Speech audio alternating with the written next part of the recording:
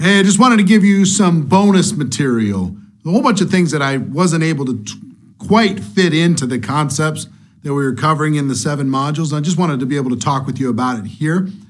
Let me start by just going through all the platforms and giving you my opinion on all of the platforms at this moment in time when it comes to network marketing success. First is Facebook. Facebook is King Kong. If there's any doubt in your mind, start with Facebook. If you have any question in your mind, start with Facebook. This is where most people live. This is where most people are spending their time. You can look at all what these young kids are doing all the time. I'm just talking about the average network marketing prospect is on Facebook. Facebook has the tools, it has the reach, it has the ability to be able to connect. It's the most connected platform out there. It is King Kong. Another is LinkedIn. This is an excellent tool that a lot of people are talking about on how to connect within the professional communities. So you can list your resume, you can find out other people's resumes, you can connect with people with like interests, like minds. It's very searchable, it's more business oriented, and it's another great tool to be able to find people, to be able to make connections, to be able to network. You can go in there, connect with people, and have them come friend you up on Facebook. Or you can start to post inside of LinkedIn in order to be able to expand your brand. So that's a second. Third one, Instagram. Instagram is mostly photo, but now recently video. And it's another platform, it's another way to communicate. But I view Instagram as more of a broadcast medium than a networking medium. Like Facebook has a network of people that's very easy to see.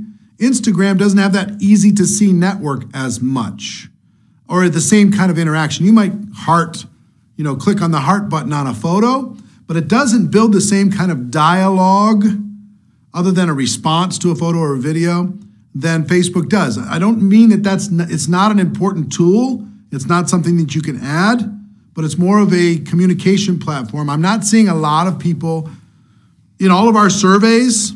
It's dominated. The surveys that we did with 77 people, dominated by Facebook.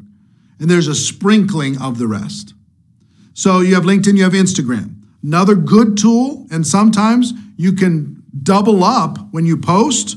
You can end up putting the post that you put on Facebook can be Instagram posts as well, since they're connected networks. Another is Snapchat, one of the fastest growing platforms today, currently at this moment. And it's video and photo. It's temporary content. People are using it to tell stories. Hey, follow me in my life. And what I'm seeing with Snapchat is not a lot of network marketing, business building using the platform. What I'm seeing a lot of celebrities telling their stories. Hey, follow me along in my life. Or people goofing around and communicating with each other. More of a friend platform than a business platform. I played with it a bit. I got bored with it pretty fast, just as me personally. I'm not saying that may change. It may change.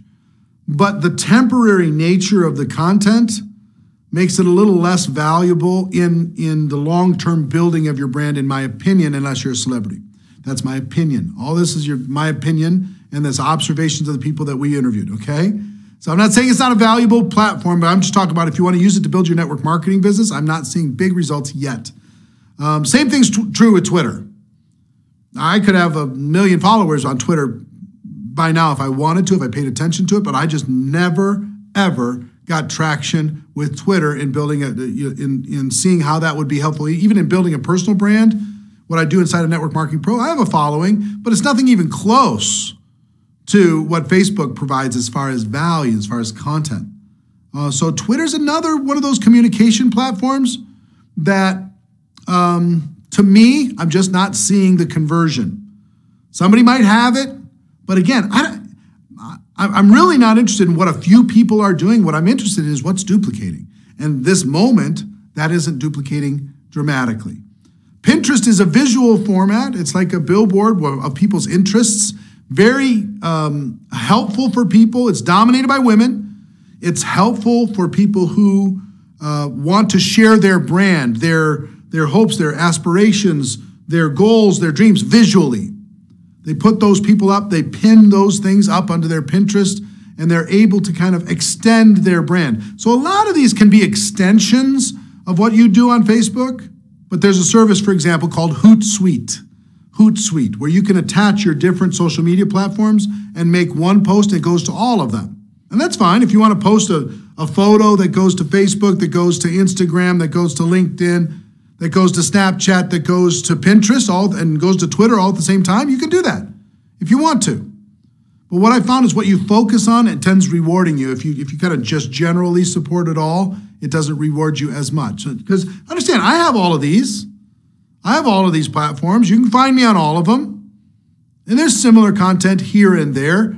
But my focus, again, is where I'm getting results. I'm a student of results. Let's talk about the video platforms that are out there. YouTube is by far King Kong. If you're going to create video content, make sure that you're creating a YouTube channel in addition to what you're putting on Facebook, that you build, let's say you're going to do a Facebook Live, record that video, put it up on YouTube also. But YouTube is king. One of the biggest mistakes I made in social media is I started putting all my videos, my first probably 300 or 400 videos, maybe 500 videos. I put on a video platform called Vidler because I could brand my name on it, before YouTube allowed that, because it allowed a little bit longer content than YouTube did at the time. Big mistake, because that's not a search engine when YouTube is. So YouTube, Facebook Live, video platforms there. Zoom is a new platform that people are using to be able to connect with their teams, do meetings with, conference calls. Skype, video platform to be able to connect with people. You can split screen. You can have multiple people on a Skype call. The quality is much, much better than it's ever been in the past. WhatsApp is another communication platform that I think is important. All of these are in my arsenal. All of these I would suggest at some point become in your arsenal. There's only so much you can focus on though, right? So my suggestion to you is start with Facebook and then find your interest. But make sure that you can be consistent with whatever this is. I think the people who just broadcast across all platforms, same content for all platforms, it doesn't work as well because it doesn't feel as personal to that platform. These platforms all have a personality. LinkedIn's very business, very buttoned down. Snapchat's very goofy and fun. It's complete. If you try and put business content on a Snapchat, people are going, what are you doing? You try to put Snapchat content, with the, somebody opening their mouth with a big dog tongue hanging out, the different things. You put that up on LinkedIn, people are going, what's going on? You some kind of clown? It's completely appropriate on one. It's not appropriate on the other. So just think about the goals of what you're trying to create with your brand. And that's my current state of the union on the current platforms available to you. Now, let me talk to you about video because I've learned a lot about video. Over the course of, I've put out, 2,000 videos, somewhere between 1,500 and 2,000 videos that I've done since 2009 on every topic in the world, on rants, on information, on stories, on interviews, everything in the world. But let me give you some ideas when it comes to success with video online. I've had a lot of success with video online. And I can teach you some simple things. Let me give you some key concepts when it comes to video. Number one, never make a video unless you have a theme. Come up with a theme before you start the video. Where I've made mistakes is I turn the video on and I just say, I just thought I'd do a video right now. I have no theme. And nobody cares. You have to have a theme. You have to tell them what the theme is right away. You have to get into it. What is your theme? What is the purpose of making this video? And come up with a theme. It might be a quote. It might be a thought. It might be an idea. It might be a rant. It might be a story. Let me just tell you a story. So it's critical, in my opinion, that you never start a video without a theme. Think of the theme. Put it in your head and make sure you accomplish the communication of that theme. That's number one. Number two, above all else, be interesting. When you see me, I'm authentic. Okay, this is the real me. But it's a little bit hyped up me. It's a little bit more energy me. It's a little bit more enthusiasm me.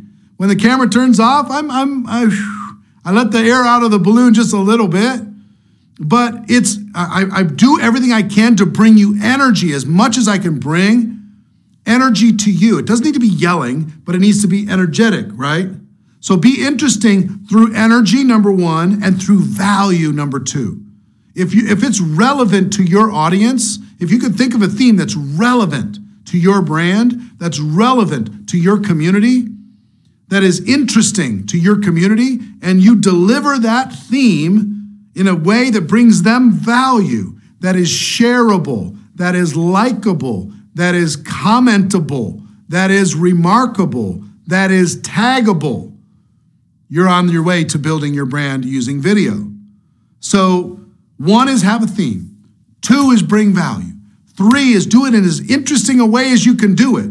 4, make sure you have decent, at least, lighting and sound. The sun is at your back and all people see is a black face. You know, you got to learn, and you'll learn this fast when you're doing video. Oh, wait, I got to put my face into the light so people can see where I am. What's the background look like?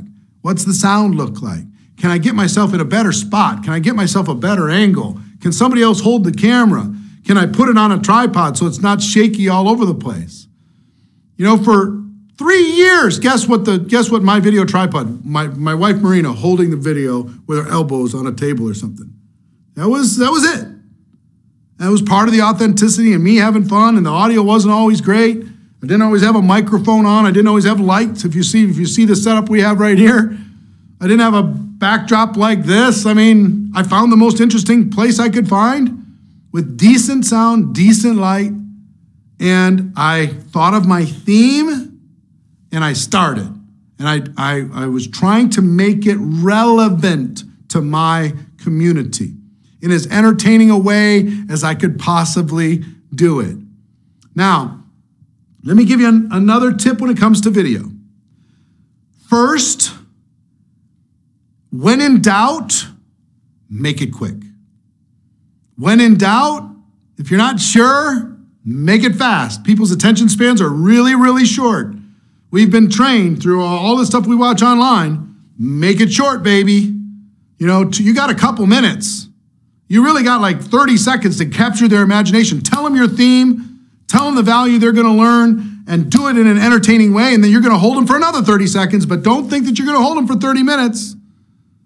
It ain't going to happen unless you have the chops, unless it's so compelling and so relevant and so interesting and so inspiring and so congruent with that audience, it solves such a huge need, then they'll stay.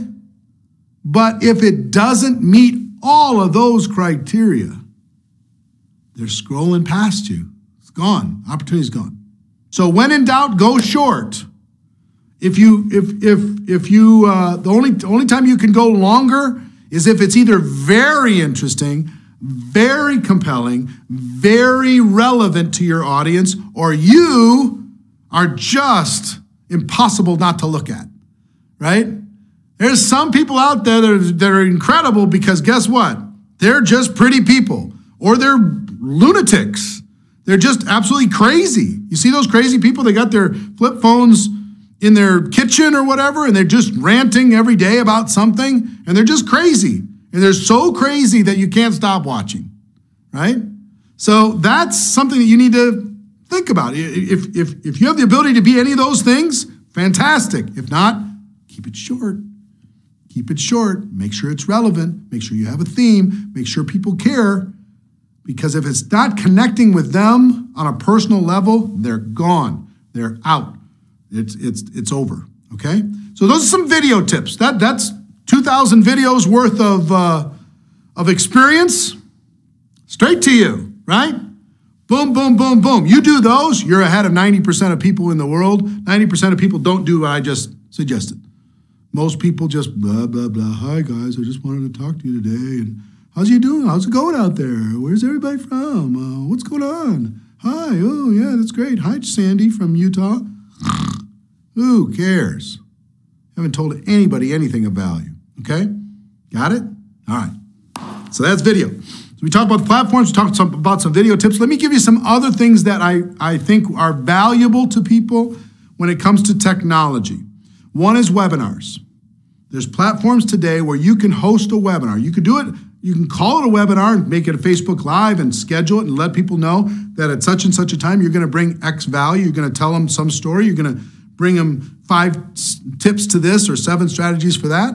Or webinars for your team, webinars for prospects. Hey, I'm going to get everybody together at 7 o'clock tonight at this particular, and there's lots of webinar hosting platforms that you can use that are simple to use, just point and click, that you can use to be able to tell the story to your prospects, to be able to share it. Webinars work very, very well. So consider webinars in your arsenal of online tools. In addition to webinars, surveys. There's a service that I use called SurveyMonkey, surveymonkey.com. You can sign up for the service for free, or you can get an enhanced service to be able to get more reporting tools, but you can use this to be able to create any kind of survey you want. And ask your community what's important to them. Ask your community, what do they value the most? Ask your people that are connected to your brand, what's interesting? Because based upon that information, what can you do? You can create content that serves that need. You can find information, you can curate content that brings value to that community. So SurveyMonkey and doing surveys is very valuable. I would recommend you don't go crazy with it, but it's something that you can use on a regular basis in order to be able to enhance the content, really get to know your audience. Because just know this, there's people who are watching and interacting with you, but for every one of those, there's 50 people that are lurking, that are watching you, but maybe haven't followed you yet, that are watching your stuff, but haven't commented. There's some people that I watch, and I don't follow their page, but I watch them. I don't know why I don't follow them. I don't know why I never commented, but I'm still a fan. I still like them. But if all of a sudden they put out, hey, I've got a 3-question survey, to help me answer this question, hey, I might go check it out. Check out that survey. You could do blind surveys so people don't have to put their contact information at all.